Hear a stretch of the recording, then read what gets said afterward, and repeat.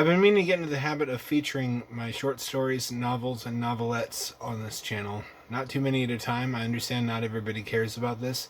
For those who do, these are all on my Substack. You pay one small subscription fee, I think $5 a month. You get access to all the stories. Most of them, I think about a third are free, completely free. The rest of them, the ones that aren't free, let you read about half of the story before you hit a paywall. I'm going to feature two this time. I'm going to feature one paid one and one free one. Brainchild is a story about the last survivors of an apocalyptic war that has left the surface of the earth in an unlivable state, surviving aboard a floating city in the sky, high above the clouds, levitated by ionic lifters, a real technology, although they don't scale up to that degree in real life. I stretch the science a little bit. I like to include real science, but I also have to make a few concessions to make the story work. Anyway, they don't look like this in the story. This was just royalty-free artwork because it's over 100 years old. It's an interlocking series of pentagonal and triangular platforms. So not like Bioshock Infinite, more futuristic. They have I've really thought out how their society would have to work, how they would get things like food and water. They use moisture traps to collect water from clouds and things like that.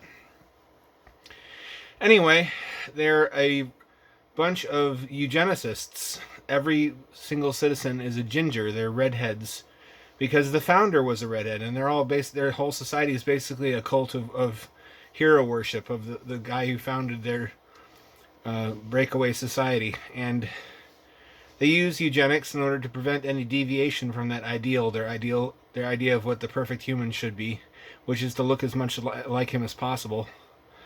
And this becomes a problem because as evolution continues along its course, some of their children begin to develop swollen skulls and brains inside of them and develop mental powers, which they regard not as a blessing or as evolution, but as unwanted aberration that is to be stamped out. One of these children, which the story follows as the protagonist, manages to escape this punitive process, whatever happens to the kids who are exposed as aberrations, and is able to develop his abilities in secret. That was a mouthful.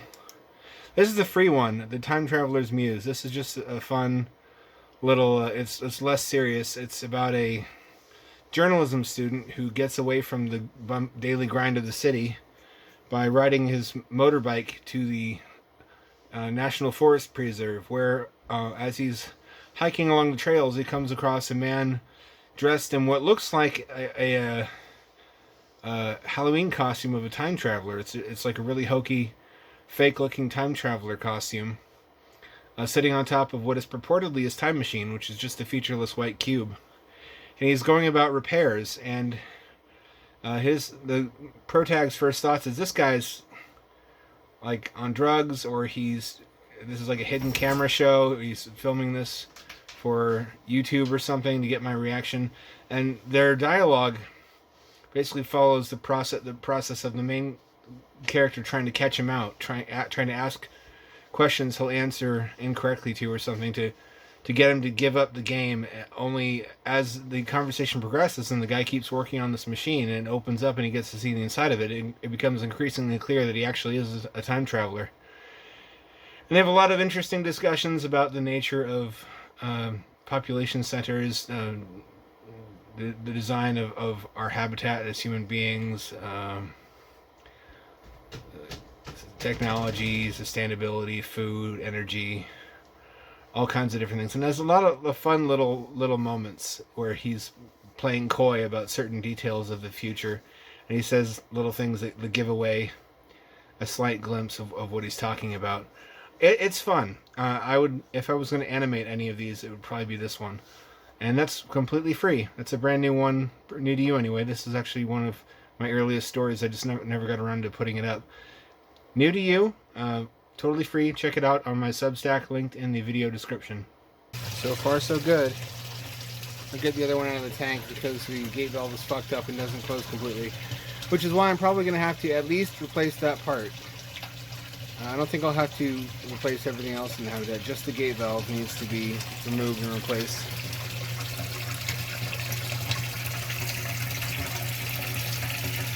I don't see any water ingress, but we won't really know until it's completely submerged. I also don't see any bubbles coming from the hole penetration in the back, where the power and air come in, which is a good sign. Looks fine for now.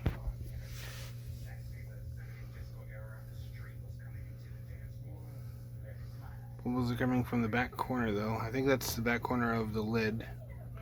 That is the back corner of the lid. And from where the screw and bolt, holds the gate valve on oddly. Maybe I need to put some, I speculated about that maybe I would need to put some sealant in there but as long as air is coming out, water's not going in. And indeed, there don't seem to be any leaks. I'm going to check back in 72 hours. I've been streaming the module testing for several hours now. I'm about to go to bed, in fact. It's going almost suspiciously well. I have no issues to report, other than some bubbles coming from weird places, mostly the ballast pods during the shakedown. Everything is going swimmingly, if you'll forgive the pun. This bitch is tight as a drum. I anticipate no problems, and building another in exactly this manner shouldn't yield any issues either, I don't think. Alright, end of 72 hours. There's a cat. I see you, you little shit. Tight as a drum, dry as a bone. There's a bubble plume coming from the back. I've checked that. That's coming from the seal around the lid. That's fine. That one's coming from the gate valve, so I might add sealant to the gate valve once this dries out. Other than that, I think it's ready to come out of the water and have the interior stuff put into it, and then have the electrical plug put on the end of the power cable and the sensor wire put in, and then it's complete. And I can start the long, laborious process of building another one with a new gate valve placement and the new sealing methodology. Probably before that point, I will use the old module up here just for the time being, since it seems to still be fine. But eventually we're going to have two brand new modules. Look forward to that. Alright, could we talk for a minute about these things? These are O-rings, and they are constantly getting lost because they're black. So when I drop them someplace dark, they blend in with everything. They're not adhered to the inside surfaces of the tube with anything at all. So what are you doing? I see you. So they're constantly falling out. And I've had to buy a couple of these. The only place I can find to buy them. I can't find anywhere online to just buy a big bag of these for a couple dollars, which is what you'd expect to be able to do. There's nothing written on them, so I don't know what the part number is. I've only been able to find these included in a plumbing like hose kit for, I think, RV sewage or like a sink or something. And you get one of these in that package and a bunch of plastic crap I don't need for $40.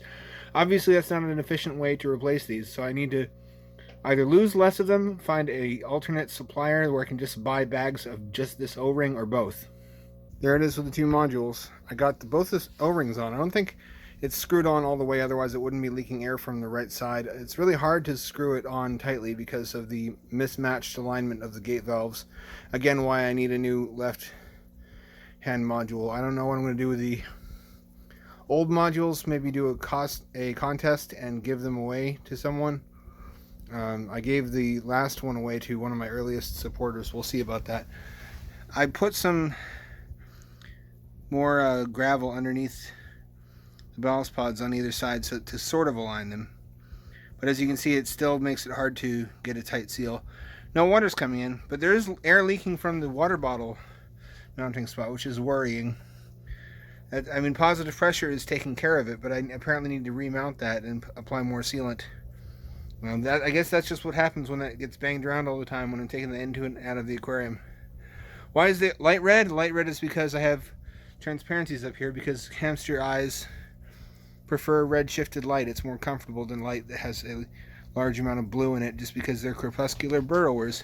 That's one of the many questions that I get asked all the time, even though it's in the FAQ underneath the stream by people who all want the same question answered individually. That's one of the risks you run doing a project like this. Everybody comes to you and wants to be individually served with the questions that you've already answered a million times. Yeah, I mean, it's doing fine. I could probably keep using that module, but I don't really want to. I want to build another one in the same style as this so I can have more confidence in the long-term durability of it and have it fit together better without any compromises. I probably need to remake the tunnel, though. The bands, the binding bands around it are stainless steel. I don't know if you can see. They're around back, but the tightening mechanism is not stainless steel and it's rusted. So probably at some point I'm going to have to replace that too. I wish I'd known all this sooner, but that's how it goes with any project of this type. Even 10 years later, 11, 12 years later, I'm still learning new things and new ways to improve upon the same design. Here it is on stream. I'm going to test it for another 72 hours. I still have a couple finishing touches to put on the new right-hand module, such as putting the replacement electrical plug on the end of the cable for heating, putting the data cable in there for the water sensor. Other than that, it's basically finished. It looks really good. I'm pretty happy with it. I just need to remake the left one so that it's the same as the right one.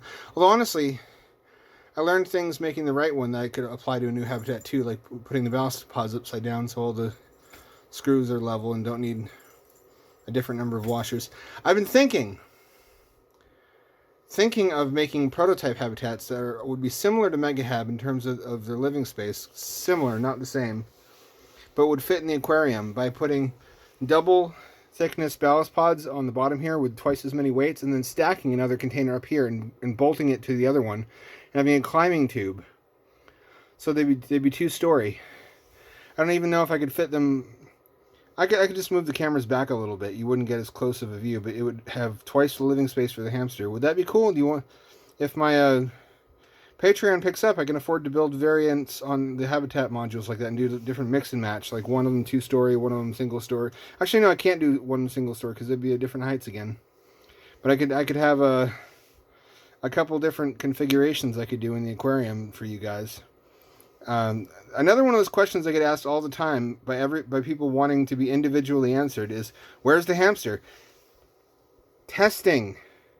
Habitat testing underway. There would never be an animal in the habitats while they are being tested. That would not be safe. It's all in the FAQ under the stream, but nobody reads it.